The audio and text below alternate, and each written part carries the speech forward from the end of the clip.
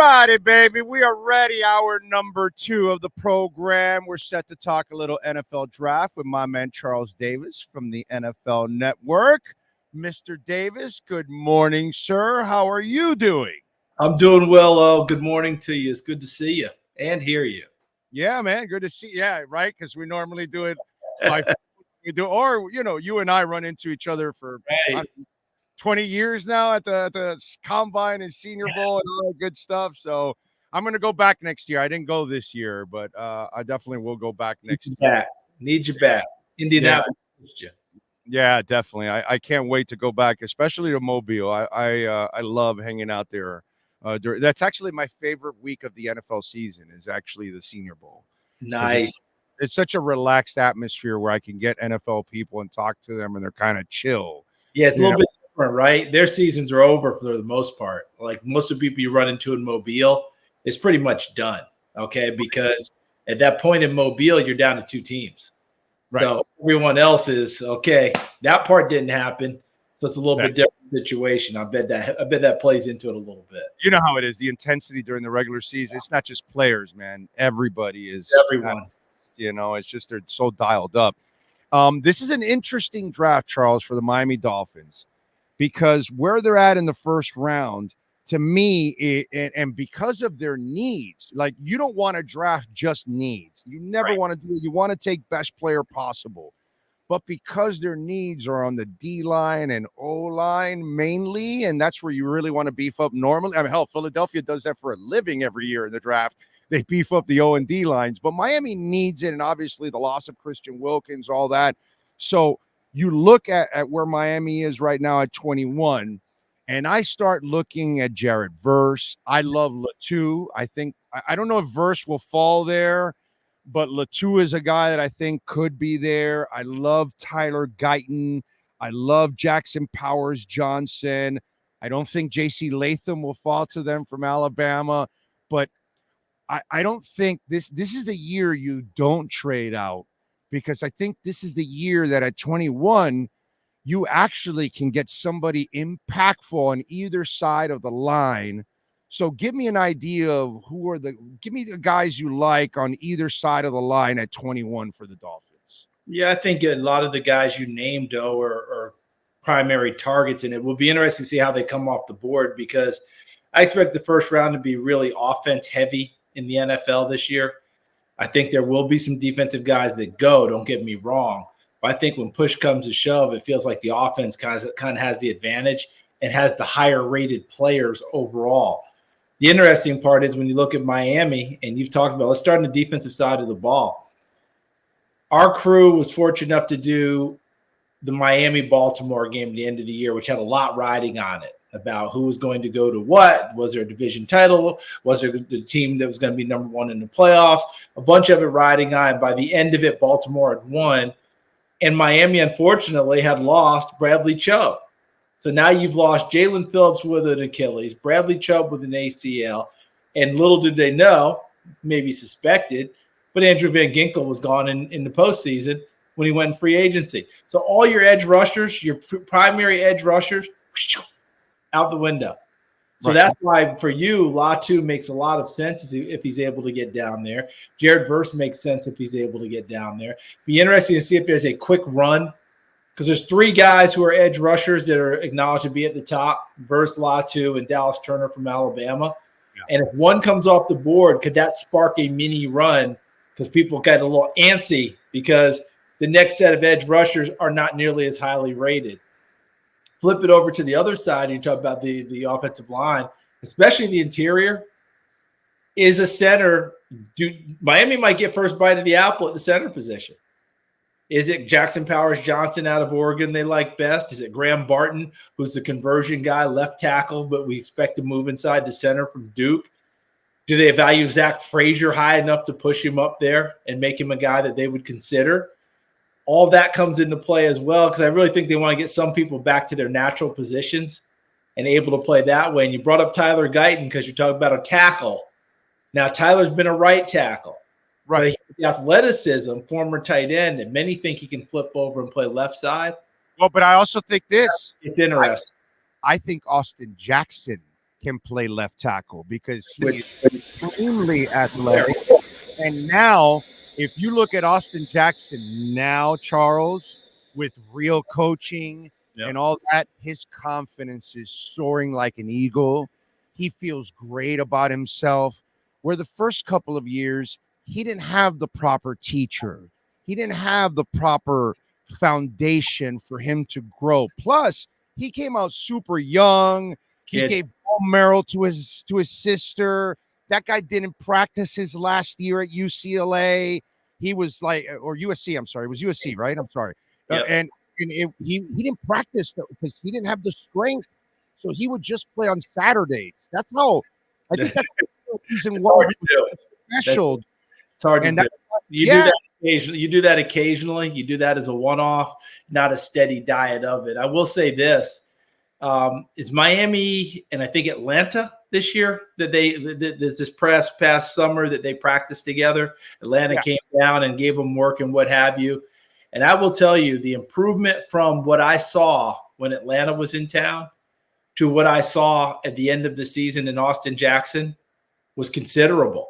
Because if you had asked me right then and there what kind of year Austin Jackson was going to have, and I'm talking about third week in August, right? Going into the season, I would have told you this is going to be a major league struggle all year long. He had a rough time when Atlanta came in. And remember, Atlanta, what do they want first and foremost in the draft this year? An edge rusher. They haven't had a good edge rusher since Jonathan Abraham. Vic Beasley gave him a spark every now and one season's worth, that sort of deal. But all I'm saying is, to your point, you saw a young man continue to mature, a kid that battled, got better. So all of that is on the table, and now you're just seeing probably a steady ascent for him, which is fun to watch. And by the way, they're paying him like $12 million a year. So if you move him over to the left, reason to ascend. You're getting one hell of a bargain too. On top of all of that, that's a Chris Greer special right there. That's the other thing. They've been so injured the last 2 years. At the end of the year, I don't think people realize. And I know I sound like a homer. It's funny because I've killed the Dolphins for 20 years for all kinds of mistakes.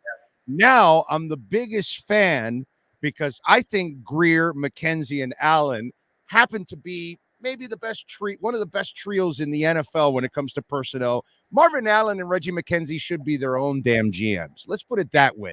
Yeah. It's just people don't realize that. But whatever, you know this, I know this. You know what I'm saying? I do. I think people don't realize how special what we have up front in the front office, and I think we're headed a big time. All they need is a couple of breaks of staying healthy. The last 2 years, healthy is a big one. Staying healthy is huge, as you well know. The best teams in the Super Bowl are always healthy. It's just man, they have been so injury riddled the last 2 years. I just want them to stay healthy and let's see what they can do in the playoffs. One more thing before we get out of the first round. Yeah, I'm trying to talk some of our Dolphin fans off the ledge. There's no way. That's why they went and signed Jonnu Smith. They knew Brock Bowers was not going to fall to them at 21. So please explain to the folks how special Brock Bowers is. You said it. This draft will be heavy offensive. Well, guess who's going to be one of the heavy weapons taken early in offense? Brock Bowers. Tell me about Brock Bowers. Yeah, no doubt about it. I mean, when you establish what you watch with Bowers, one person's opinion, but I feel like I'm just, singing with a big choir right now. There's not anything he can't do. And people have to remember, if you're looking for that old school, put his hand in the ground, line up, put his chest and face mask into someone else and move him, he can do that from time to time. He's willing, but that's not why you draft him. You draft him to catch the football in the middle of the field. You draft him to score touchdowns. You draft him to use him in the run game and toss it. You can almost toss sweep it to him, let alone jet sweep it. Get it to him in his own screen game. All the things that you want, because with the ball in his hands and creating an opportunity to get the ball in his hands, he's the niftiest tight end that we've had come out in a long time. Now, Kyle Pitts would be the argument, right, from Atlanta. Similar type player, took him in the top 5. Is that really what you want to do with tight ends, et cetera? That's what's going to be the biggest debate for teams. Are you getting that value? Now, how much of that was just Atlanta hasn't done it the right way? How much he's been hurt? Look, with Bowers, I would argue, Big O, that it starts at 5 with Los Angeles Chargers. and goes from there, only because the other teams are so quarterback needy. He is a top 5 talent in my mind, in my estimation. And if you want to worry about toughness, had the ankle surgery in the middle of the season, that tightrope surgery that's so popular now to get guys back quicker. Well, his spot in the draft was pretty well solidified. He could have shut that down right there. They'd won back-to-back national titles. No one would have said a word.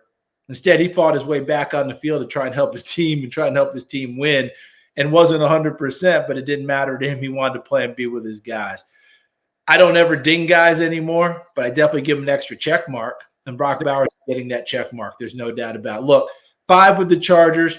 You can make a case 6 with the Giants if you're trying to get Daniel Jones right. And Darren Waller's talking about retiring, right?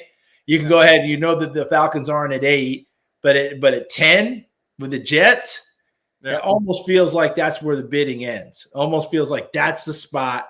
The idea that he gets down to 21, I think I put him at like 21, 22 in my first mock draft, and I laughed at myself. There's no way he's getting all the way down here. Yeah, no. For me, the thing that's going on in Atlanta is just like what I told you about Austin Jackson. He hasn't had the foundation he needs in order to succeed. I know he's had some injuries too, but I wish he had the foundation. All right, quickly, here we go. Second round. There's a couple of guys I like. I know Brandon Dorian's a little smallish, but again, kind of a need. Chris Jenkins, a legacy guy. Mason Smith with 2 A's. I actually like him out of LSU. BB, the K-State guard tackle. Rook Oruro. I like him actually a lot. Yes.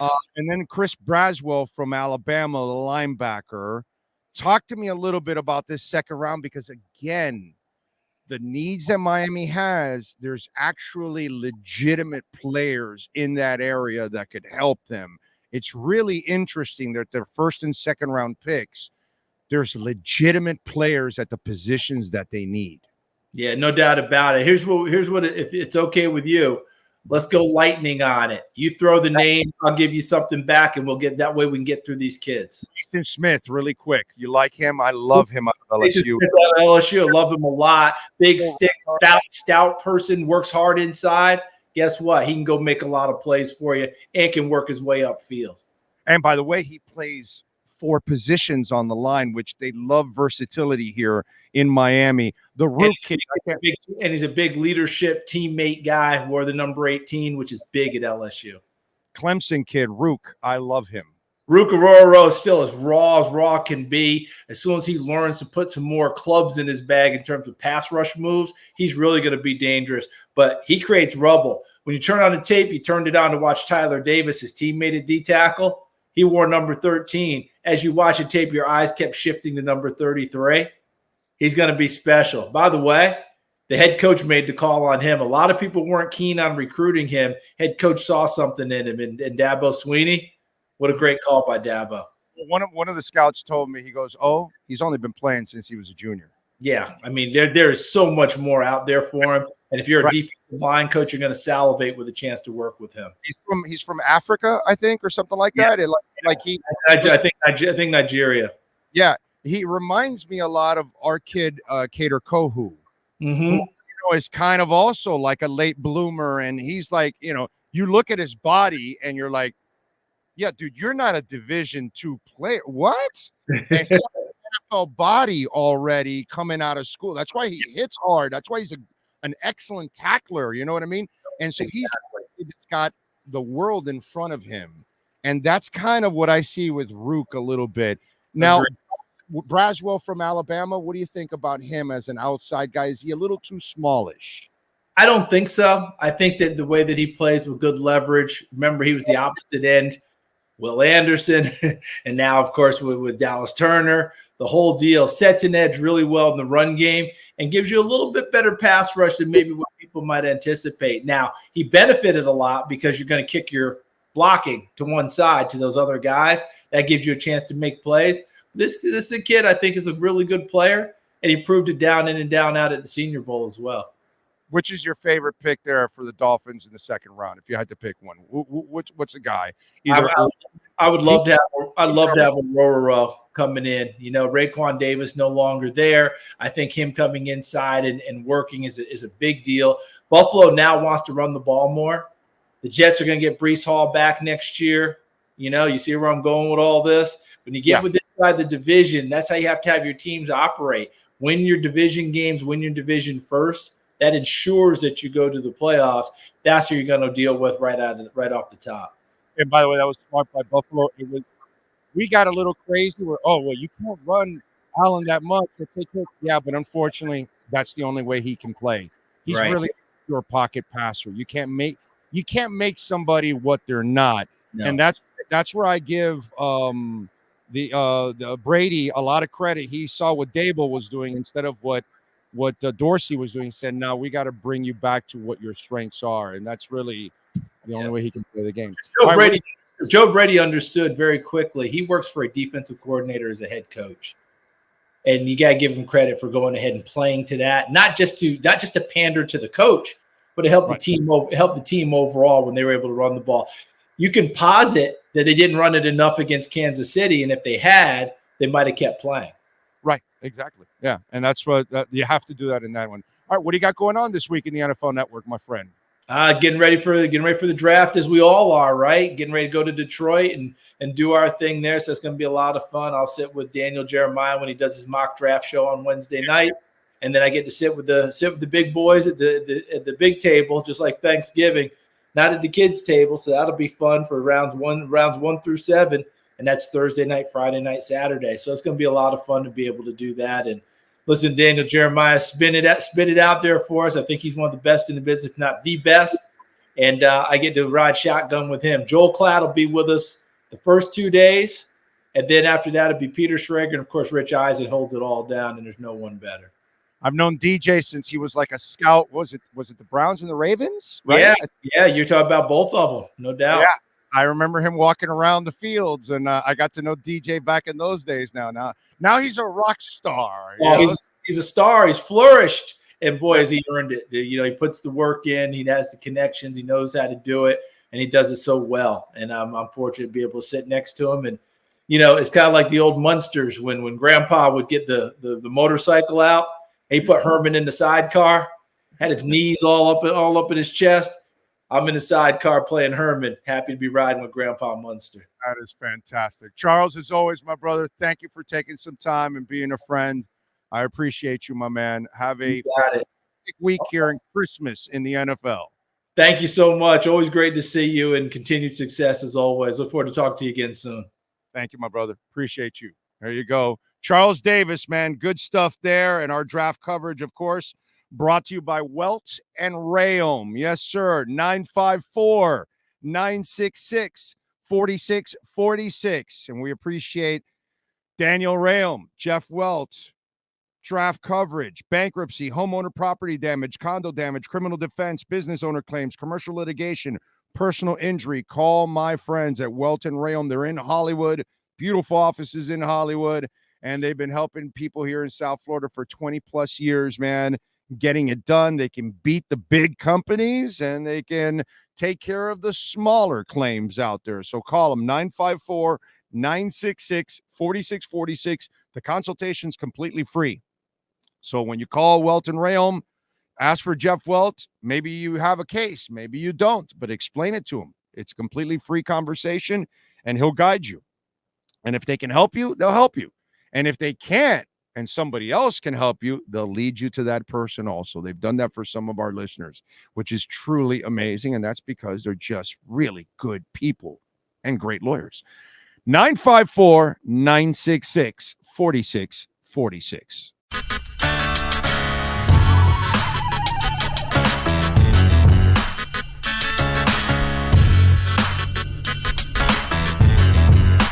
This is the Big O Show. This is the Big O Show.